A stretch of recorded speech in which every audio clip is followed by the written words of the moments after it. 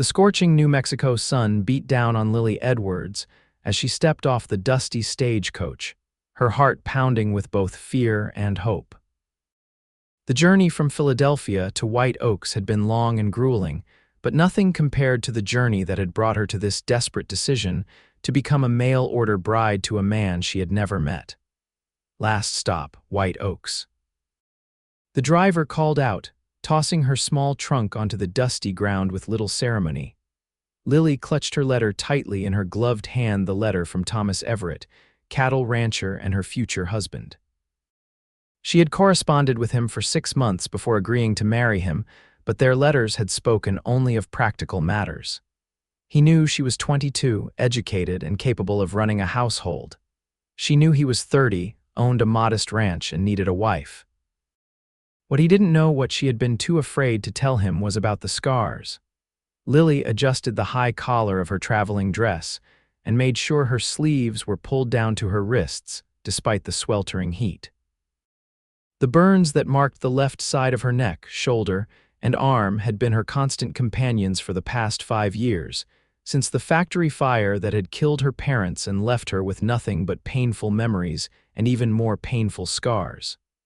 Miss Edwards. A deep voice broke through her thoughts. She turned to see a tall man with broad shoulders and a weathered face standing a few feet away. His brown hair was partially hidden beneath a well-worn cowboy hat, and his eyes, a startling shade of blue, studied her with curiosity. "Mr. Everett?" She asked, her voice barely above a whisper. "No, madam. Name's Silas Johnson. I'm the foreman at the Everett Ranch." He tipped his hat politely. "Mr. Everett sent me to fetch you. He's tied up with some business at the ranch, but wanted to make sure you were properly welcomed." Lily nodded, trying to hide her disappointment. After 3 days of travel, she had hoped to meet her future husband immediately, but she understood that ranch work didn't stop for personal matters. "Thank you, Mr. Johnson," she said, reaching for her trunk, but the foreman was quicker. "I'll get that, Miss Edwards. The wagon's just over yonder." As they walked through the main street of White Oaks, Lily was acutely aware of the stares from the townsfolk. New faces were always a curiosity in small western towns, particularly when that face belonged to a single woman. She kept her head high, her bonnet angled just right to hide the edge of the scarring that crept up her neck. "Town's not much to look at," Silas commented as they passed the general store, saloon, and small church. "But it's growing, even got a schoolhouse now." "It seems lovely," Lily replied politely, though in truth, the dusty frontier town was a far cry from the bustling streets of Philadelphia. But then, Philadelphia held nothing for her anymore except painful memories. The wagon ride to the Everett Ranch took nearly an hour, during which Silas filled the silence with information about the area, the ranch, and occasionally about Thomas Everett himself. "Mr. Everett's a fair man," he said as they bounced along the rutted trail. "Works harder than any man I know, built that ranch from nothing after the war." "The war?" Lily asked. "Yes, madam, he fought for the Union, came west afterward like many did, wanted a fresh start." Lily nodded, understanding the sentiment all too well. When the ranch finally came into view, Lily felt a flutter of anxiety. The main house was modest but well kept, with a wide porch and sturdy construction. Several outbuildings dotted the property, and in the distance, she could see cattle grazing on the grasslands that stretched toward the mountains. "Here we are," Silas announced, pulling the wagon to a stop. "Everett Ranch." As Lily climbed down from the wagon, the front door of the house opened, and a tall man stepped onto the porch. Even from a distance, she could tell this was Thomas Everett.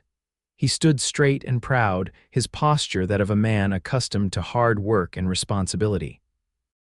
As he approached, she noted his dark hair and strong features, his expression serious but not unkind. "Miss Edwards," he said, his voice deep and resonant, "welcome to White Oaks. I'm Thomas Everett." "Mr. Everett," she replied, offering her hand, which he took gently. "Thank you for your kind invitation." There was an awkward moment as they stood appraising each other, two strangers who had agreed to bind their lives together based on nothing more than a few exchanged letters and mutual need.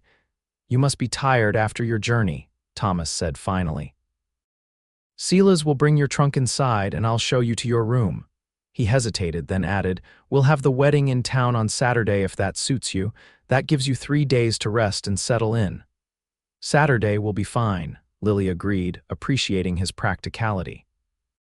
There was no mention of love or even affection. This was a business arrangement, after all. She would provide him with a household manager and, eventually, children. He would provide her with security and a home. The house was simple but comfortable inside, with solid furniture and clean, if sparse, decoration. Thomas showed her to a small bedroom with a narrow bed, a washstand, and a chest of drawers. It's not much, he said, almost apologetically. It's perfect, she assured him. I don't require much.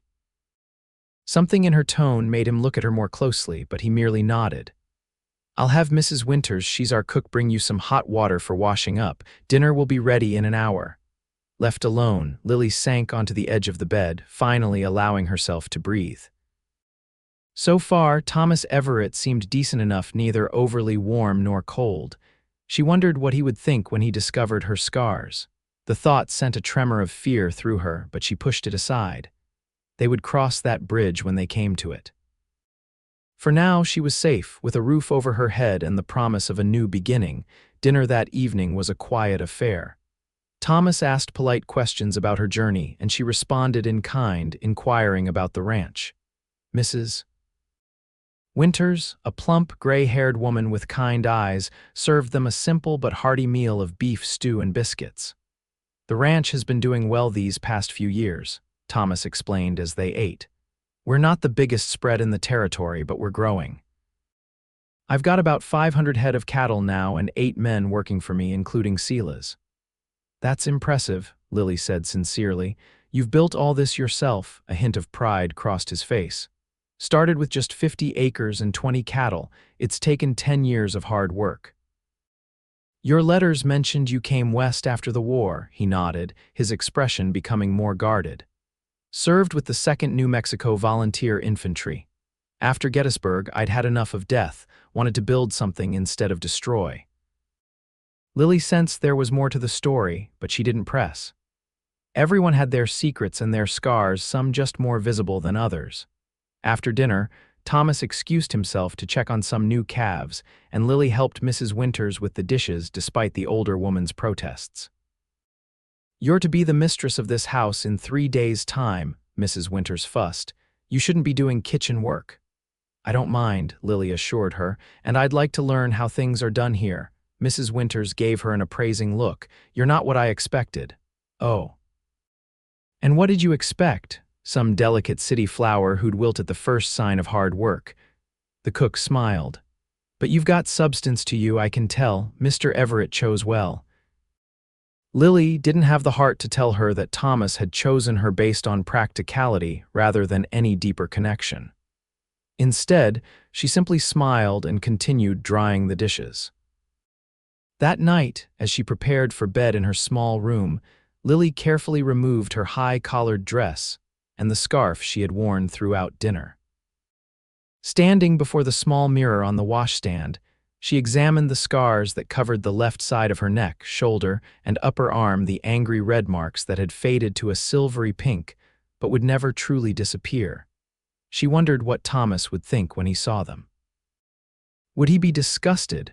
Would he call off the wedding? The thought filled her with dread, not because she had fallen in love with him, they had only just met, but because she had nowhere else to go. This was her last chance at a normal life. The next morning, Lily rose early, determined to learn as much as possible about the ranch and her future role in it. She dressed carefully in a high-necked blouse and skirt, ensuring every inch of scarred skin was covered despite the heat. She found Mrs. Winters already busy in the kitchen, kneading dough for the day's bread. Good morning, Mrs. Winters. May I help with breakfast? The cook looked surprised but pleased. Well, aren't you an early riser? The men will be in from the morning chores soon, hungry as wolves. You can set the table if you like. By the time Thomas and Silas came in, followed by 2 other ranch hands, Lily had helped prepare a substantial breakfast of eggs, bacon, and biscuits. Thomas raised his eyebrows when he saw her working alongside Mrs. Winters, but he said nothing. merely nodding a good morning. Over the next 2 days, Lily fell into a routine, learning the workings of the ranch household from Mrs. Winters and occasionally catching glimpses of her future husband as he went about his work. Thomas was polite but distant, seemingly content to let her settle in before they took their vows. On the evening before the wedding, however, he found her on the porch, watching the sunset paint the New Mexico sky in brilliant oranges and pinks. "Miss Edwards," he said, joining her by the railing. "I hope you found everything to your liking so far." "Yes, thank you," she replied. "Everyone has been very kind," he nodded, seeming to struggle with what to say next. "I wanted to speak with you before tomorrow," he finally continued, "to make sure you haven't changed your mind." Lily turned to look at him, surprised. "Have you changed yours?" "No," he said quickly. "But I'm aware that this is not conventional, that you might have expected more from a marriage. I think we were both very clear in our letters about what this arrangement entails," Lily said carefully. "I'm not harboring romantic illusions, Mr. Everett." Something like relief crossed his face. "Good, I mean," he cleared his throat. "I want to be honest with you, Miss Edwards. I respect you too much to pretend. I'm not looking for love, my heart." He trailed off, then straightened his shoulders. "What I'm offering is a partnership, a home, security, and children," Lily asked quietly, forcing herself to meet his gaze. A faint flush colored his tan cheeks. "Yes, eventually, if you're willing." The implication of what that would entail hung between them. Lily felt her own face grow warm as she thought about the intimacy that would be required and about her scars, which he would inevitably discover. "Mr. Everett," she began hesitantly, "there's something I should tell you before tomorrow, something about me that you should know." Before she could continue, however, the sound of hoofbeats interrupted them. A rider was approaching the ranch at a gallop, his horse lathered with sweat. Thomas straightened immediately, his expression shifting to one of concern. "That's Jake Wilson from the neighboring ranch," he said, moving toward the steps. "Something's wrong." The rider pulled his horse to a stop in front of the porch, his face grim. "Thomas, thank God you're here. We've got rustlers hitting the north pastures. They've already driven off at least 50 head from my place, and they're headed this way." Thomas's face hardened. "How many?" "At least 6 men, all armed. I've got my boys trying to track them, but we need help." Thomas nodded grimly. "Give me 5 minutes."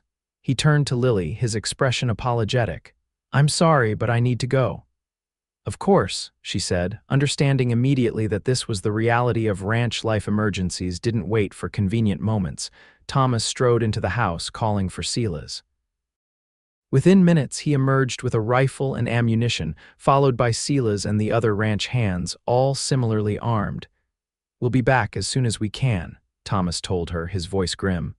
"Stay in the house with Mrs. Winters. There's a shotgun in my office if you need it." Before Lily could respond, he had mounted his horse and was galloping away with the others, leaving her standing on the porch, her unspoken confession still on her lips. The night passed slowly and anxiously. Lily and Mrs. Winters sat up waiting, listening for the return of the men. It was well past midnight when they finally heard horses approaching. Lily rushed to the door, relieved to see Thomas dismounting, apparently unharmed. But her relief turned to concern when she saw Silas helping one of the other ranch hands, a young man named Billy, from his horse. The boy was clutching his arm, his face pale with pain. "What happened?" she asked as Thomas climbed the porch steps. "Rustlers opened fire when we caught up to them," he explained grimly. "Billy took a bullet to the arm. We managed to drive them off and recover most of the cattle, but 3 of them got away." "Bring him inside," Lily said immediately, moving to help. "I have some experience with treating wounds." Thomas looked surprised but didn't argue. Together, they helped Billy into the house and onto the kitchen table, where Mrs. Winters was already clearing space and boiling water. "Let me see," Lily said, gently examining the wound. The bullet had gone clean through the fleshy part of his upper arm, painful, but not life-threatening if infection could be prevented. Without thinking about it, Lily rolled up her sleeves and began to clean the wound, her movements efficient and practiced. It wasn't until she heard a small gasp from Mrs. Winters that she realized her mistake. In her focus on helping Billy, she had exposed the scars that covered her left arm. She froze, suddenly aware of Thomas's gaze on her scarred skin. But there was no time for embarrassment or explanations. Billy needed her help. "I need clean bandages," she said, forcing her voice to remain steady. "And whiskey if you have it, both for the wound and for him to drink." Thomas didn't move for a moment, his eyes still on her scars, but then he nodded and went to fetch what she had requested. Mrs. Winters, to her credit, recovered quickly from her surprise and moved to help, holding Billy still as Lily cleaned and dressed the wound. By the time they had finished, Billy was half asleep from exhaustion and the whiskey they had given him for the pain. Thomas and Silas carried him to a bunk in the ranch hands' quarters, leaving Lily alone with Mrs. Winters in the kitchen. "Those are burned scars," the older woman said quietly as they cleaned up. It wasn't a question. Lily nodded, too tired to pretend anymore. "From a factory fire 5 years ago, the same one that killed my parents." Mrs. Winters's eyes softened with sympathy. "Does Mr. Everett know?" "No," Lily admitted. "I was trying to tell him tonight when Mr. Wilson arrived." She sighed, rolling her sleeves back down. "I should have told him in my letters, but I was afraid he wouldn't want me if he knew." "You've got skill with healing, Mrs. Winters observed, changing the subject with surprising tact. "Where did you learn that?" "After the fire, I spent 2 years working in a hospital in Philadelphia," Lily explained. "I learned a great deal from the doctors and nurses there, before Mrs. Winters could respond. The kitchen door opened and Thomas entered. He had washed the dust from his face and changed his shirt, but exhaustion was evident in the lines around his eyes. "How's Billy?" Lily asked immediately. "Resting comfortably, thanks to you," Thomas said, his gaze steady on her face. "Mrs. Winters, would you excuse us? I need to speak with Miss Edwards privately." The cook nodded, giving Lily's hand a quick, supportive squeeze before leaving them alone in the kitchen. For a long moment, neither spoke. Lily stood her ground, though her heart was pounding so loudly she was sure Thomas must hear it. "You never mentioned you had medical training," he finally said. Of all the things she had expected him to say, this wasn't it. "It didn't seem relevant to our arrangement," she replied carefully. "It's a valuable skill out here where doctors are scarce." He paused, then continued more hesitantly. "You also never mentioned your injuries." Lily swallowed hard. "No, I didn't." She forced herself to meet his gaze directly. "If that changes things for you, I understand. The wedding is tomorrow, but there's still time to changes things." Thomas interrupted, his brow furrowed. "Why would it change things?" Lily blinked in surprise. "Most men wouldn't want a wife who—" She gestured vaguely toward her arm, unable to finish the sentence. Thomas was quiet for a long moment, studying her with those intense blue eyes. "How did it happen?" he asked finally. "A fire at the textile mill where my parents worked. I was there that day helping my mother." The memories came flooding back, painful and vivid. "When the fire broke out, I was separated from them. A burning beam fell. I was trapped. A worker pulled me out, but not before." She trailed off, unable to continue. "And your parents," Lily shook her head, "they didn't make it out." Thomas's expression softened with genuine sympathy. "I'm sorry. The scars are extensive," Lily continued, feeling she needed to be completely honest now. "They cover my left shoulder, part of my chest, and—" She touched her neck where the high collar of her blouse concealed the marks. "I understand if you find them distasteful. If you wish to call off our arrangement, I won't hold you to it." Thomas was silent for so long that Lily was sure he was trying to find a gentle way to reject her, but when he finally spoke, his voice was steady and certain. "Miss Edwards, Lily, I entered into this arrangement seeking a capable partner to help run this ranch and to build a future with. Nothing I've learned tonight changes my assessment of your suitability for that role." He paused, then added more quietly, "In fact, knowing what you've overcome only increases my respect for you." Relief washed over Lily like a cool wave, so intense she felt momentarily lightheaded. "You're sure? The scars are. They're not pretty." "Few things earned through suffering are," Thomas replied simply. "I have my own scars, Miss Edwards, though mine are perhaps less visible than yours." There was something in his tone that made Lily wonder what hardships he had endured, what wounds he carried beneath his composed exterior. But before she could ask, he continued, "If you're still willing, I'd like to proceed with the wedding tomorrow as planned." Lily nodded, a weight lifting from her shoulders. "I am willing, Mr. Everett. Then we should both get some rest. It's been a long night, and tomorrow will be an important day." As Lily lay in bed later, too keyed up to sleep despite her exhaustion, she reflected on the unexpected turn the evening had taken. Thomas hadn't recoiled from her scars as she had feared. He had been kind, even understanding. It wasn't love she harbored, no illusions about that, but perhaps it was the beginning of something equally important, mutual respect. The wedding took place the next morning in the small white church in White Oaks. It was a simple ceremony with few guests, just Sela's, Mrs. Winters, and a handful of ranch hands, including Billy, his arm in a sling but insistent on attending. Lily wore her best dress, a modest blue gown with a high collar and long sleeves that concealed her scars completely. Thomas, dressed in a clean black suit that made him look both distinguished and slightly uncomfortable, spoke his vows clearly and firmly. Lily did the same, her voice steady despite the butterflies in her stomach. "I now pronounce you man and wife," the preacher declared. "You may kiss the bride." There was a moment of awkwardness as Thomas hesitated, then leaned in to place a brief, chaste kiss on Lily's lips, their first physical contact beyond a handshake. His lips were warm and surprisingly soft, and despite the brevity of the kiss, Lily felt a small flutter in her chest that took her by surprise. The small gathering moved to the town's only restaurant for a modest celebration lunch, after which Thomas and Lily returned to the ranch, now officially her home as well as his. That evening, as the sun set over the New Mexico landscape, Lily sat at the dressing table in what was now their shared bedroom, brushing her long brown hair. She had changed into a modest nightgown, but even it couldn't completely hide the scarred skin of her neck and upper chest. The thought of Thomas seeing her scars fully for the first time filled her with renewed anxiety. A soft knock on the door made her jump slightly. "Lily, may I come in?" She took a deep breath, steeling herself. "Yes." Thomas entered, already dressed in his nightclothes, a simple cotton shirt and pants. He looked almost as nervous as she felt, which oddly helped calm her slightly. "I can sleep in the spare room if you prefer," he offered quietly, "until you're more comfortable with the arrangement." His consideration touched her.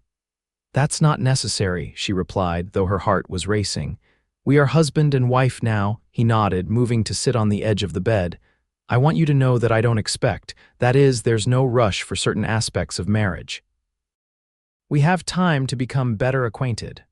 Relief flooded through her, followed almost immediately by a strange hint of disappointment that she quickly pushed aside. "Thank you for your consideration." They settled into bed side by side, a careful distance between them, the oil lamp casting soft shadows across the room. Despite Thomas's assurance that he had no expectations for their wedding night, the air between them hummed with awareness. They were strangers still, yet bound by vows that went beyond mere business arrangement. "May I ask you something?" Lily ventured after a long silence, of course. "Earlier you mentioned having scars of your own. Did you mean from the war?" Thomas was quiet for so long that Lily thought he might have fallen asleep or chosen to ignore her question. But finally he answered, his voice low in the darkness. "Partly from the war, yes. I saw things at Gettysburg that no man should see." He paused, then added, "But there are other wounds that cut deeper." "What kind of wounds?" she asked gently, another long pause. "I was married once before," he said finally, the words coming slowly as if each one cost him effort. "Her name was Rebecca. We married young before the war. When I returned," he took a deep breath. "She had fallen ill with fever, died before I could reach her." "I'm so sorry," Lily whispered, understanding now the shadow she sometimes glimpsed behind his eyes. "It was a long time ago," he said, but the pain in his voice belied the words. 8 years now. Did you love her very much?" The question slipped out before she could stop it. "Yes," he answered simply. "Which is why I told you from the beginning not to expect love from me. I don't have it to give any more." The honesty of his admission hurt more than it should have, given that she had entered this marriage with no romantic expectations. "I understand," she said quietly, "and I appreciate your honesty." Thomas turned his head to look at her in the dim light. "I do promise to be a good husband to you, Lily, to provide for you, to protect you, to treat you with respect, and in time I hope we can build a friendship, if not more." "I would like that," she replied sincerely. "And I promise to be a good wife to you, to work alongside you in building this ranch, to care for our home, and—" She hesitated, then finished, "and to be a mother to any children we might have." He reached across the space between them and took her hand in his, squeezing it gently. It was a small gesture, but in that moment, it felt like a beginning. The days turned into weeks as Lily settled into her new role as Mrs. Thomas Everett. She threw herself into learning everything about running the ranch household, from managing supplies to preserving food for the coming winter. Mrs. Winters proved an invaluable teacher, gradually stepping back to let Lily take on more responsibility. Thomas remained polite and considerate, but there was still a distance between them. They shared a bed but had not yet consummated their marriage, each night laying side by side without touching, though Lily sometimes woke to find herself curled against his warm back, or his arm draped protectively across her waist. Despite the physical distance, they were beginning to know each other better. Lily learned that Thomas was a fair but demanding boss, that he had a surprising knowledge of literature which he indulged in the quiet hours of the evening, and that he carried the weight of responsibility for his ranch and his men with quiet dignity. Thomas, in turn, discovered that Lily was not only capable but innovative, suggesting improvements to the ranch's operations that he hadn't considered. Her medical knowledge proved useful more than once, as minor injuries were common in ranch work. One afternoon in late summer, nearly 2 months after their wedding, Lily was in the garden harvesting vegetables when she heard a commotion from the direction of the corral. Looking up, she saw Thomas and Sela's struggling with a wild-eyed stallion, a new addition to their stock that Thomas hoped to breed with their mares. Even from a distance, she could see the animal was panicked, rearing and bucking against the ropes that held him. She watched as Thomas approached carefully, speaking in low, soothing tones to the frightened horse. For a moment, it seemed to be working. The stallion calmed slightly, allowing Thomas to move closer. But then something, perhaps a sudden movement from one of the watching ranch hands, spooked the horse again. It reared violently, front hooves slashing the air dangerously close to Thomas's head. Lily gasped, her hand flying to her mouth as she watched her husband narrowly dodge the deadly hooves. The stallion came down hard, its shoulders slamming into Thomas and sending him sprawling to the ground. Before he could roll away, one of the animal's hooves caught him in the side with a sickening impact that Lily could hear even from her position by the garden. "Thomas."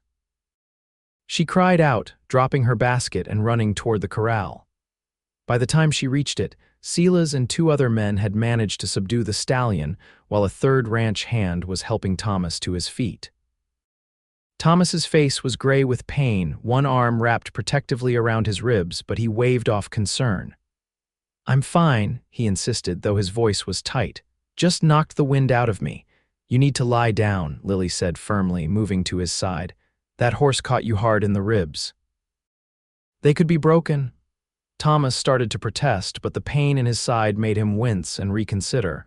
"Perhaps you're right," he conceded.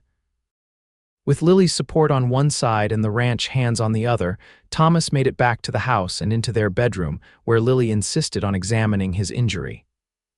"I need to see your ribs," she said, her tone that of a nurse rather than a wife. "You'll need to remove your shirt." Thomas hesitated, then nodded, slowly unbuttoning his shirt with a grimace of pain. As he pulled it open, Lily gasped involuntarily. His torso was criss-crossed with scars, long, jagged lines across his chest and abdomen that could only have come from serious injuries. Most were old and faded, but no less shocking for their number and severity. "The war," Thomas explained simply, seeing her expression. "Bayonet wounds at Gettysburg. The doctors didn't think I'd live, but I've always been stubborn." Lily nodded, forcing herself to focus on the task at hand rather than the map of old suffering written across her husband's body. Gently, she examined his side where an angry bruise was already forming. "I don't think they're broken," she said finally, "but badly bruised for certain." "You'll need to rest for a few days and avoid any heavy lifting," Thomas grimaced. "Not much chance of that with all the work that needs doing." "The work will wait," Lily said firmly. "Or the men can handle it without you for a few days. Silas is perfectly capable." To her surprise, Thomas didn't argue further. Instead, he caught her hand as she started to move away. "Thank you," he said quietly. "For what?" "For not flinching," he replied, nodding toward his scarred chest. "Most people do." The simple statement struck Lily deeply, reminding her of her own fears about her scars. Without thinking, she reached up and unfastened the high collar of her dress, pulling it aside to reveal the scarred skin of her neck and upper chest. "We match," she said softly. Thomas's eyes moved to her exposed scars, his expression unreadable for a moment. Then, slowly, he reached up and traced the edge of one of the burn marks with his fingertip, his touch feather-light. "Does it hurt still?" he asked. Lily shook her head. "Not physically, not anymore." "But in other ways," she nodded, unable to speak past the sudden lump in her throat. No one had touched her scars so gently, so matter-of-factly since the accident. Thomas's hand moved from her scar to cup her cheek, his blue eyes holding hers with unexpected intensity. "You're beautiful, Lily." Scars and all. Before she could respond, he leaned forward despite his injured ribs and pressed his lips to hers, not the brief, ceremonial kiss of their wedding, but something deeper, more meaningful. Lily found herself responding instinctively, her hands coming to rest lightly on his shoulders as the kiss deepened. When they finally parted, both slightly breathless, Thomas rested his forehead against hers. "I didn't expect this," he admitted quietly. "Expect what?" "To feel this way again." "To want," he trailed off, then sighed. "I told you I couldn't offer love, and I accepted that," Lily replied, her heart pounding with a mixture of hope and fear. "What if I was wrong?" His voice was barely above a whisper, as if he were confessing a dangerous secret. "What if I can offer more than I thought?" Instead of answering, Lily leaned forward and kissed him again, putting into the gesture all the confused, hopeful feelings she had been trying to ignore for weeks. Thomas responded with equal fervor, one hand tangling in her hair while the other drew her closer. It might have gone further, but Thomas winced as the movement jarred his injured ribs, reminding them both of his condition. "You need to rest," Lily said firmly, though her flushed cheeks and bright eyes belied her professional tone. Thomas caught her hand as she stood to leave. "Stay with me," she smiled, settling on the edge of the bed beside him. "Always." As the summer faded into autumn, the relationship between Lily and Thomas deepened and evolved. The tentative attraction that had sparked during his injury blossomed into genuine affection. They still had their separate wounds and histories, but increasingly they found comfort and understanding in each other. Thomas proved to be a gentle and considerate lover once their marriage was finally consummated, treating Lily's scarred body with reverence rather than revulsion. In turn, she helped him understand that his war wounds, both physical and emotional, didn't diminish him in her eyes. One crisp October evening, they sat together on the porch swing, watching the sunset paint the landscape in gold and crimson. Thomas had his arm around Lily, holding her close against the growing chill in the air. "I've been thinking," he said after a comfortable silence. About what?" "About expanding the house. Adding another room or two." Lily looked up at him curiously. "Are you expecting more ranch hands?" A small smile played at the corners of his mouth. "No, not ranch hands, but perhaps in time we might need more space for other additions to the family." Lily's heart skipped a beat as she understood his meaning. "Children?" Thomas nodded, suddenly looking uncharacteristically uncertain. "If you want them, if you're ready for that." "I'd like that very much," she said softly, leaning her head against his shoulder. He pressed a kiss to the top of her head. "Good, because I think you'd make an extraordinary mother." The words warmed her more than she could express.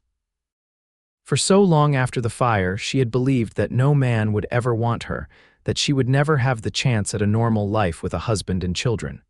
Yet here she was, cherished by a good man who saw beyond her scars to the woman beneath.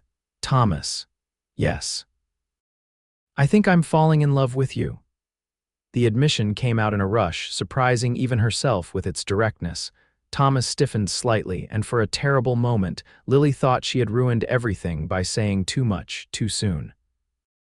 But then his arms tightened around her, and when she dared to look up, his eyes were suspiciously bright. I never thought I'd hear those words again, he said, his voice rough with emotion. Never thought I'd want to. He took a deep breath. But I find myself feeling the same way, Lily. Against all odds and expectations, I've fallen in love with you. The simple declaration, delivered without flourish but with profound sincerity, meant more to Lily than any flowery profession could have. She reached up to touch his face, marveling at the journey that had brought them to this moment. When I came here as your mail-order bride, I hoped only for security and perhaps respect, she admitted. Love seemed too much to ask for. And yet here we are, Thomas said, a rare full smile transforming his usually serious face. Both getting far more than we bargained for. Their lips met in a kiss that held promise for their future, a future neither had dared hope for months ago. Winter came early to New Mexico that year, bringing with it both challenges and unexpected joys. The first snow fell in late November, transforming the landscape into a pristine white expanse that took Lily's breath away. Though born and raised in Philadelphia, she had never seen anything like the vast, untouched expanses of snow-covered prairie stretching toward distant mountains. It's beautiful, she said, standing at the window of their bedroom early one morning, watching the sun rise over the snowy landscape. Thomas came up behind her, wrapping his arms around her waist and resting his chin on her shoulder. Beautiful indeed, he murmured, though when she turned to look at him, his eyes were on her, not the landscape. The cold weather brought the ranch community closer together. In the evenings, the ranch hands would often gather in the main house, where Lily would serve hot coffee and sometimes read aloud from one of Thomas's books while the men repaired tack or whittled wood figures to pass the time. It was during one such evening in early December that Lily first noticed the change in her body, a slight dizziness when she stood too quickly, a new tenderness in her breasts. At first, she dismissed it as winter fatigue, but as the symptoms persisted and her monthly cycle failed to appear, she began to suspect the truth. She waited another week to be certain before sharing her suspicion with Thomas. They were alone in their bedroom preparing for sleep when she finally found the courage to speak. Thomas, I have something to tell you. He looked up from the book he was reading, his expression curious. What is it? Lily took a deep breath. I believe I'm with child. Thomas went absolutely still, his book forgotten in his hands. You're sure? She nodded, suddenly nervous about his reaction. As sure as I can be without a doctor's confirmation. It's been 6 weeks since my last monthly and there are other signs. For a moment, Thomas just stared at her, his expression unreadable. Then, to her astonishment, he set aside his book and knelt before her where she sat on the edge of the bed, taking both her hands in his. A child, he said, his voice filled with wonder. Our child. Relief and joy washed over Lily at his reaction.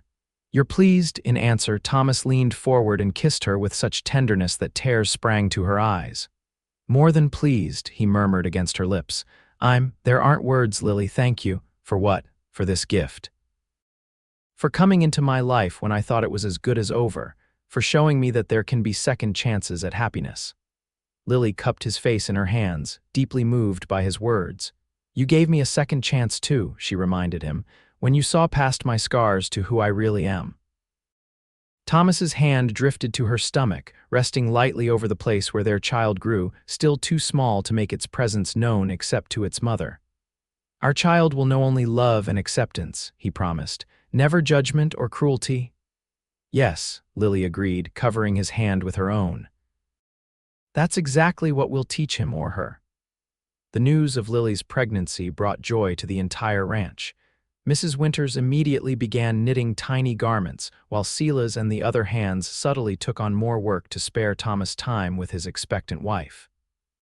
Even Billy, now fully recovered from his gunshot wound, carved a beautiful wooden cradle as a gift for the coming baby. As winter deepened and Lily's body began to change more visibly, Thomas became increasingly protective. He insisted on hiring another hand to take over some of his duties so he could spend more time at the house, and he fretted about her health constantly. "I'm pregnant, not ill," Lily finally told him one evening, exasperated by his hovering. "Women have been having babies since the beginning of time, Thomas." "I know," he admitted, looking slightly abashed, "but not my wife, not carrying my child." His obvious concern melted her irritation. "The baby and I are both perfectly healthy," she assured him, guiding his hand to the small swell of her stomach. "Feel how strong I am," Thomas smiled, relaxing slightly. "Strong as the mountains," he agreed, pressing a kiss to her forehead. In January, a week of particularly harsh weather cut the ranch off from town. The snow piled high, making the roads impassable, and temperatures dropped so low that the men took turns staying up through the night to keep the fires burning. On the third night of the blizzard, Lily was awakened by a strange sound, a scratching, thumping noise coming from the direction of the front porch. She nudged Thomas awake, her heart pounding. "Someone's outside," she whispered. Thomas was immediately alert, reaching for the rifle he kept beside the bed. "Stay here," he ordered, pulling on his boots and a heavy coat over his night clothes. "Be careful," Lily pleaded, her hand instinctively going to her rounded stomach. Thomas nodded grimly and slipped out of the bedroom. Lily heard his careful footsteps in the hallway, then the creak of the front door opening. There was a moment of silence, then Thomas's voice raised in surprise. "Good Lord, get in here, man, before you freeze to death." Curious and concerned, Lily pulled on her dressing gown and followed the sounds to the front room. There, she found Thomas helping a half-frozen stranger into a chair by the fire. The man was covered in snow, his face red and chapped from the bitter cold, his clothes inadequate for the harsh weather. "Who is he?" Lily asked, moving forward to help. "Says his name is Daniel Cooper," Thomas replied, working to remove the man's frozen boots. "Found him collapsed on our porch. Must have been trying to find shelter from the storm." Lily immediately went into action, fetching blankets and boiling water for hot tea while Thomas stoked the fire to a roaring blaze. The stranger was barely conscious, his lips blue with cold and his fingers showing early signs of frostbite. "He needs dry clothes and warmth quickly," Lily said, her nursing experience taking over. "And we need to warm his hands and feet carefully to avoid tissue damage." Together, they worked to save the stranger, stripping off his wet clothes and wrapping him in warm, dry blankets. Lily prepared a basin of lukewarm water, not hot, which could damage his frozen extremities, and gently bathed his hands and feet while Thomas supported him and helped him sip the hot, sweet tea slowly. Color returned to the man's face, and his shivering lessened. By dawn, he was able to speak coherently, explaining that he had been traveling to visit his brother in White Oaks when the blizzard caught him unprepared. "I lost my horse in the storm," he explained weakly. "Thought I was done for until I saw your lights." "You're lucky to be alive," Thomas said bluntly. "Another hour out there and you would have been." "I know it," the man agreed, his eyes moving gratefully between Thomas and Lily. "I owe you both my life." The stranger's arrival, dramatic as it was, proved to be the first of several unexpected developments that winter. As Daniel Cooper recovered from his ordeal over the next few days, he revealed that he was not merely a traveler, but a doctor newly graduated from medical school in St. Louis and on his way to join his brother's practice in White Oaks. "A doctor?" Lily repeated, almost unable to believe their luck. "Here," Daniel nodded, smiling weakly. "Not much use to anyone at the moment, I'm afraid, but yes. Once I'm back on my feet, I'd be honored to check on your condition, Mrs. Everett, as thanks for saving my life." The blizzard kept Dr. Cooper at the Everett Ranch for nearly 2 weeks. By the time the roads were passable again, he had fully recovered and had become fast friends with both Thomas and Lily. True to his word, he examined Lily thoroughly before departing. "Everything appears perfect," he assured them both, packing away his stethoscope. "The baby is growing well and you're in excellent health, Mrs. Everett. When will it be born? Thomas asked, his hand firmly gripping Lily's. Late May, I'd estimate, Dr. Cooper replied, and I'll make a point of visiting regularly between now and then to check on mother and child. True to his word, Dr. Cooper became a regular visitor to the ranch over the following months, his medical expertise bringing comfort to the expectant parents and the entire ranch community. He and Thomas formed a particular bond, often staying up late discussing books, politics, and philosophy long after Lily had retired for the night. By March, the worst of winter had passed, and the ranch was busy preparing for spring calving season. Despite her advancing pregnancy, Lily insisted on keeping up with her duties, though she accepted help more readily now. One evening, as she sat on the porch enjoying the milder air, Thomas joined her with a letter in his hand, his expression troubled. "What is it?" she asked, immediately concerned. "A letter from Jacob Turner," Thomas said, sitting beside her. "He owns the Double T Ranch about 20 miles east of here." "I remember you mentioning him. What does he want?" Thomas sighed, folding the letter. "He's offering to buy our north pasture. Says he needs to expand his grazing land and is willing to pay a fair price." "But you don't want to sell," Lily guessed, reading his expression. "That land has the best access to water on the whole ranch," Thomas explained. "If we lose it, we'd have to drive the cattle twice as far to drink during dry seasons." He shook his head. "But Turner's not the type to take no for an answer easily. He's got a reputation for being persistent." "Then we'll be persistent in refusing," Lily said firmly, placing her hand over his. "This is our home, our future, our child's inheritance. We won't give up any part of it unless we choose to." Thomas smiled, some of the tension leaving his shoulders. "Our child's inheritance," he repeated, his hand moving to rest on her rounded belly. "I like the sound of that." But Jacob Turner proved to be more than just persistent. In April, as the wildflowers began to bloom across the ranch, Thomas received a second letter, this one far less polite than the first. "He's threatening to dam the creek on his property," Thomas told Lily, his face grim. "That would cut off nearly half our water supply in the dry season." "Can he do that legally?" Lily asked, alarmed. "The creek runs through his land before it reaches ours," Thomas explained. "By law, he has certain rights to it, though typically, ranchers respect each other's needs for water access." "What will we do?" Thomas's jaw tightened. "I'm going to ride over and speak with him directly, man to man. This isn't just about business, it's about honor and being a good neighbor." Despite Lily's concerns, Thomas set out the next morning to confront Jacob Turner, taking Silas and another hand with him for support. They returned late that evening, Thomas's expression thunderous as he stomped into the house. It didn't go well, Lily guessed, meeting him in the hallway. "The man's impossible," Thomas growled, removing his hat and coat with sharp, angry movements. "Offered me half what the land is worth and had the gall to suggest I should be grateful. When I refused, he all but promised to make life difficult for us." "What does that mean?" Thomas ran a hand through his hair in frustration.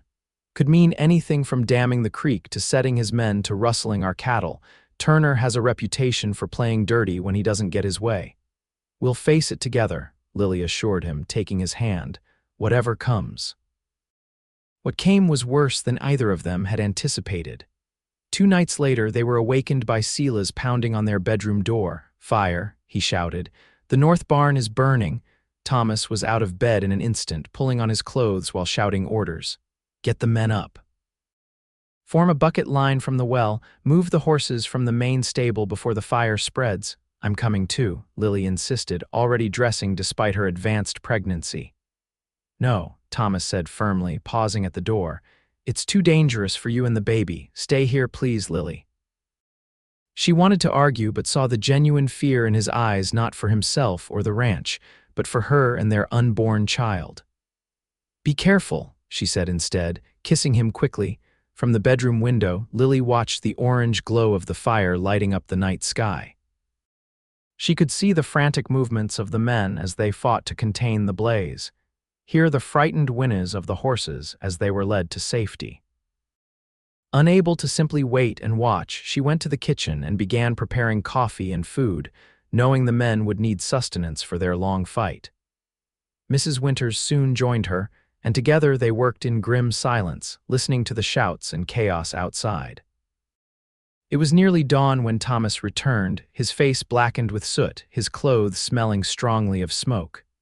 "We saved the main stable," he reported wearily, "but the north barn is gone, along with all the hay we had stored there for spring. Was anyone hurt?" Lily asked, her hands gentle as she wiped a smudge of ash from his cheek. "No, thank God." Thomas sank into a chair, accepting the coffee she offered. "But it wasn't an accident, Lily. We found kerosene rags at the edge of the property. Someone set that fire deliberately." "Turner," Lily said, the name a bitter taste in her mouth. Thomas nodded grimly. "Almost certainly, though we'll never prove it. The fire was only the beginning." Over the next week, a section of fence along the eastern boundary was cut, allowing a dozen cattle to wander off. A watering trough was found contaminated with something that made 2 horses sick, and shots were fired at one of the ranch hands as he rode the perimeter at dusk. The incidents took their toll on everyone at the ranch, but particularly on Thomas. Lily watched with growing concern as her husband became more withdrawn and tense, sleeping poorly and pushing himself to exhaustion each day as he tried to protect what was his. "You need rest," she told him one night, finding him still awake and staring out the window long after midnight. "You can't keep this up." "I can't sleep," he admitted, his voice rough with fatigue. "Every time I close my eyes, I imagine what might happen to you." Lily moved to stand beside him, her swollen belly pressing against his back as she wrapped her arms around him from behind. "I'm safe," she assured him. "We're safe. You've doubled the watches, armed the men. You're doing everything you can." "It's not enough," Thomas said, turning to face her, his expression haunted. "I brought this on us by refusing Turner's offer. Maybe I should know," Lily interrupted firmly. "You were right to refuse. This is our home, our land. If we give in to bullies like Turner, where does it end? Next time he'll want another piece and then another." Thomas sighed, resting his forehead against hers. "When did you become so wise?" "I learned from my husband," she replied with a small smile. "A stubborn, honorable man who taught me to stand my ground." The next day, an unexpected ally arrived at the ranch in the form of Dr. Cooper, who had come for his regular check on Lily's pregnancy. Upon hearing about the troubles with Turner, the young doctor's usually mild expression hardened. "Jacob Turner has quite a reputation in White Oaks," he said as they sat at the kitchen table after Lily's examination, "and not a good one. My brother treated one of his former hands last year, a man who'd been beaten nearly to death for questioning Turner's orders." "The law won't touch him," Thomas said bitterly. "Sheriff Dawson owes him too much money." Dr. Cooper nodded thoughtfully. "Perhaps the law can't touch him directly," he mused, "but there might be another way to handle this situation." "What do you mean?" Lily asked. "Turner wants respect, power," the doctor explained. "He builds himself up by tearing others down, but a man like that has enemies, people he's wronged who are too afraid to stand against him alone." Thomas leaned forward, intrigued. "Go on." "What if you weren't alone?" Dr. Cooper suggested. "What if the smaller ranchers in the area stood together? Turner might be able to bully one ranch at a time, but he can't fight everyone at once." The idea took root and grew quickly, through Dr. Cooper and his brother's connections in White Oaks. Thomas arranged a meeting of local ranchers at a neutral location, the town church. To his surprise and relief, more than a dozen men showed up, each with their own story of intimidation and bullying at Turner's hands. "He dammed the creek that waters my south field," said one weathered rancher. "Lost half my corn crop last summer because of it. Threatened to burn me out if I didn't sell him my best breeding bull for half its worth," added another, "and I believe he'd have done it too." One by one, they shared their grievances, and with each story, their collective resolve strengthened. By the end of the meeting, they had formed a ranchers' association, pledging mutual support and protection against Turner's tactics. "If he moves against any one of us, he moves against all of us," Thomas declared, and the men nodded their agreement. Word of the alliance reached Turner quickly, as they had known it would. His response was predictable threats delivered by his foreman to several of the smaller ranchers, promising retribution if they didn't withdraw from the association. But something unexpected happened. Instead of cowering, the threatened ranchers reported the threats to the others, and within hours, armed men from 3 different ranches had appeared to stand guard at the threatened properties. The message was clear. The days of Jacob Turner's unchallenged bullying were over. For 2 tense weeks, the ranchers maintained their vigilance, expecting Turner to escalate the conflict. But instead, a different sort of message arrived at the Everett Ranch, a formal letter from Turner's lawyer, offering to negotiate water rights and access in a way that would benefit all parties. "He's backing down," Silas said in disbelief when Thomas shared the news. "Never thought I'd see the day." "He's a businessman at heart," Thomas replied, "and he's realized it's bad business to make enemies of everyone around you." The victory over Turner came just in time. 2 days after the letter arrived, in the early hours of a warm May morning, Lily woke Thomas with a hand gripping his arm. "The baby," she gasped. "It's coming." What followed were 18 hours of the most intense fear and joy Thomas had ever experienced. Dr. Cooper had fortunately arrived for a scheduled visit the previous evening and was on hand to oversee the birth. But even his reassuring presence couldn't completely calm Thomas's anxiety as Lily's labor progressed. "Women have been doing this since the beginning of time, Doctor." Cooper reminded him with a smile, echoing Lily's words from months earlier. "And your wife is stronger than most." Thomas could only nod, pacing outside the bedroom door as Mrs. Winters and the doctor attended to Lily inside. Each cry of pain felt like a physical blow, each hour that passed an eternity. Finally, as the sun was setting on that endless day, a new cry filled the house, the lusty, indignant wail of a newborn taking its first breath. "Mr. Everett, doctor." Cooper called from the doorway, his face tired but beaming. "Would you like to meet your son?" Thomas entered the bedroom in a daze, his eyes immediately finding Lily propped up against the pillows, her face exhausted but radiant as she cradled a small bundle in her arms. The sight stole his breath away. "Come meet Samuel," she said softly, her voice hoarse from the long labor. Thomas approached the bed carefully, almost afraid to believe the moment was real.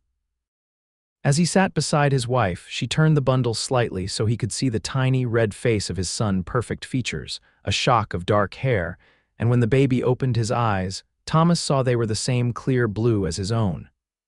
"Samuel," he repeated, his voice breaking, "after my father." Lily nodded. "Samuel Thomas Everett, if you approve." "It's perfect," Thomas whispered, reaching out a hesitant finger to touch his son's cheek. "He's perfect, you're perfect." Tears filled his eyes, unashamed. "Thank you, Lily, for everything." The birth of Samuel Thomas Everett marked a new chapter in the life of the Everett Ranch. The baby brought joy not only to his parents but to everyone on the property. Mrs. Winters became a doting surrogate grandmother, while Silas and the other hands took turns peeking at the infant whenever they could, marveling at his tiny hands and fierce expressions. Even Jacob Turner seemed affected by the news. A week after Samuel's birth, a package arrived from the Double T Ranch, a beautifully crafted silver rattle with the baby's initials engraved on the handle.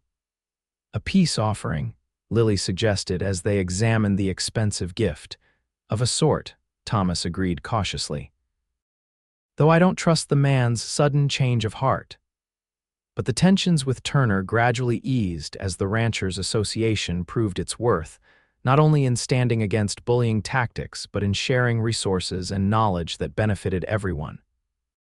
By the time Samuel was 3 months old, a cautious truce had developed between the Everett Ranch and the Double T that, while not friendly, was at least respectful. Life settled into a new rhythm for Thomas and Lily, one dictated by their son's needs as well as the seasonal demands of the ranch. The summer brought its own challenges, with a drought that stressed the cattle and dried the creeks to a trickle. But the association's water-sharing agreement proved its worth, allowing all the ranches to survive with minimal losses. Through it all, the bond between Thomas and Lily deepened. The love that had taken them both by surprise continued to grow, strengthened by the shared joys and trials of parenthood and ranch life. Thomas often found himself watching his wife as she moved through her daily tasks. Samuel balanced on her hip, marveling at the turn his life had taken. "What are you thinking about?" Lily asked one evening, catching his thoughtful gaze as she put Samuel down for the night. "How lucky I am," Thomas replied honestly. "How close I came to missing all this." "What do you mean?" Thomas moved to join her by the cradle, his arms slipping around her waist. "After Rebecca died, I was lost. I built this ranch not because I wanted a future, but because I needed something to fill my days." He gazed down at their sleeping son. "I nearly didn't write that letter to the matchmaking agency, nearly convinced myself I was better off alone." Lily leaned into him, understanding. "And I almost didn't respond. I was so afraid of being rejected because of my scars that I nearly gave up on having a family at all." "Then we're both fortunate that fate had other plans," Thomas murmured, pressing a kiss to her temple. As Samuel grew from infant to toddler, the Everett Ranch prospered. The association Thomas had helped form continued to strengthen, giving the smaller ranchers a voice and protection they had previously lacked. Thomas's natural leadership abilities made him a respected figure in the community, and he was increasingly called upon to mediate disputes and represent the ranchers' interests to territorial officials. Lily, meanwhile, found her own place in the community. Her medical knowledge, combined with what she continued to learn from Dr. Cooper, made her an invaluable resource in an area with few trained medical professionals. Women from neighboring ranches, and even from White Oaks itself, began to seek her out for advice on childbirth, childhood illnesses, and home remedies. "You should consider formal training," Dr. Cooper suggested one day after watching her skillfully dress a ranch hand's injured arm. "You have a natural talent for healing." "Me, a doctor?" Lily laughed, though the idea intrigued her. "I think that might be a bit ambitious for a rancher's wife with a young child." "Perhaps," the doctor conceded, "but things are changing. There are women studying medicine back east now. Maybe not today or tomorrow, but someday. You should consider it." The seed was planted, and though Lily didn't speak of it immediately to Thomas, the idea took root in her mind, a possible future where she could formalize the knowledge she had gained through experience and help even more people. When Samuel was nearly 2 years old, Lily discovered she was expecting their second child. The news brought joy to the entire household, especially to Thomas, who had taken to fatherhood with a natural ease that sometimes surprised even himself. "Another baby," he marveled, his hand gentle on her still flat stomach. "Samuel will be a wonderful big brother." "Yes, he will," Lily agreed, watching their son as he played with wooden blocks on the floor nearby. "Though I hope this one is a girl. I'd like a daughter." Thomas smiled, pressing a kiss to her forehead. "Boy or girl, as long as the child has your courage and kindness, I'll be the happiest man in the territory." The pregnancy progressed smoothly through the fall and winter. By spring, as Lily entered her final month, the ranch was preparing not only for a new baby, but for another significant event. The territorial governor was planning a visit to White Oaks to address concerns about water rights and land use, issues that directly affected all the local ranchers. "The association wants me to speak on their behalf," Thomas told Lily one evening as they sat on the porch, enjoying the mild spring air. "To present our concerns about the new regulations being proposed." "You should do it," Lily encouraged him. "No one understands the issues better than you do, and the other ranchers trust you." Thomas nodded thoughtfully. "The meeting is set for 3 weeks from now. That's cutting it close to your time." "The baby isn't due for almost a month," Lily reminded him. "And Dr. Cooper will be checking on me regularly." "This is important, Thomas. It affects our future, all our futures." In the end, Thomas agreed to represent the association, throwing himself into preparing his presentation to the governor. The night before the meeting, however, Lily woke with a sharp pain that made her gasp. "Thomas," she whispered, shaking his shoulder, "I think the baby's coming early." This time the labor progressed much faster than with Samuel. "Dr. Cooper was summoned immediately, but by the time he arrived, Lily was already in the advanced stages of labor, her contractions coming rapidly. "The baby's in a hurry," the doctor commented as he examined her. "Everything looks good, though. This one won't keep us waiting all day and night like your son did." Thomas held Lily's hand throughout, wiping her brow and murmuring encouragement as she worked to bring their second child into the world. Just before dawn, with a final push and cry, their daughter was born, a tiny, perfect little girl with a dusting of dark hair and her mother's delicate features. "She's beautiful," Thomas whispered as the doctor placed the swaddled infant in Lily's arms, "just like her mother." Lily looked down at their daughter's face, overcome with love. "Rebecca," she said softly, looking up at Thomas. "I'd like to name her Rebecca after your first wife, to honor her memory." Thomas stared at her, speechless with emotion, his eyes filling with tears. "Are you sure?" He finally managed to ask. Lily nodded. "Your past is part of who you are, Thomas, part of what made you the man I love. I don't want to erase it or pretend it didn't exist." Thomas leaned down and kissed her deeply, his tears mingling with hers.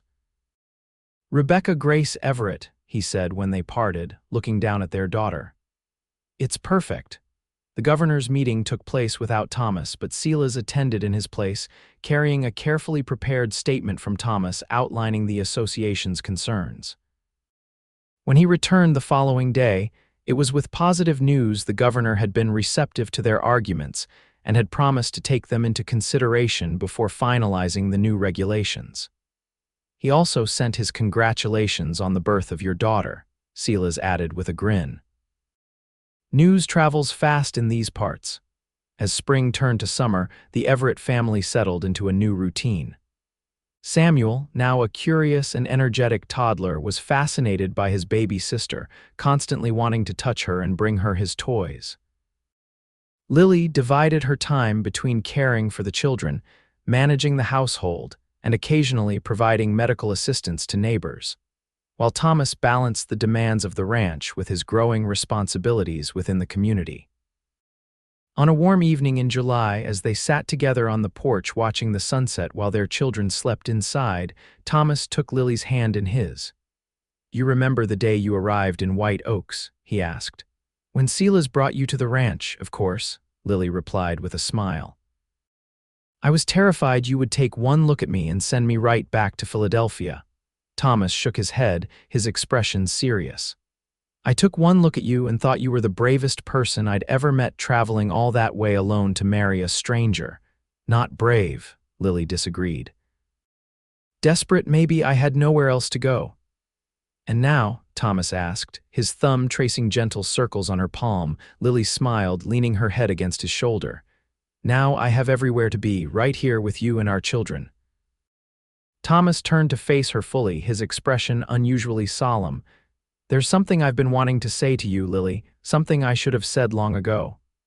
"What is it?" she asked, suddenly concerned by his serious tone. "When you first showed me your scars," he said quietly, "I told you they were beautiful, but I don't think I ever properly explained why." Lily waited, her heart beating a little faster as Thomas reached up to gently touch the scarred skin at her neck, visible above her dress in the privacy of the evening. "These scars," he continued, his voice low and intense, "are a map of your courage. Each one tells the story of how you faced the worst day of your life and survived, how you rebuilt yourself from the ashes of tragedy." His fingers traced the pattern of healed burns with infinite tenderness. "How could I not find them beautiful when they're part of the woman I love more than life itself?" Tears filled Lily's eyes at his words. In all their time together, through all the challenges they had faced, Thomas had never once looked at her scars with anything but acceptance. But this reverence, this deep appreciation for the very marks she had once been so ashamed of, was a gift she had never expected. "I love you, Thomas Everett," she whispered, her voice thick with emotion. "Every scar, every memory, every part of you." "And I love you, Lily Everett," he replied, drawing her close. "Every day more than the last." As they sat together in the gathering darkness, the ranch quiet around them, Lily reflected on the journey that had brought them here. From the desperate young woman who had stepped off a stagecoach with nothing but hope and fear, to the confident wife and mother she had become. From the wounded, solitary rancher who had lost his first love to the devoted husband and father beside her. They had both come to their marriage scarred by fire, by war, by loss. But in each other, they had found not just acceptance but celebration of those scars as badges of survival, as proof of their strength and resilience. And in doing so, they had built something neither had dared to hope for.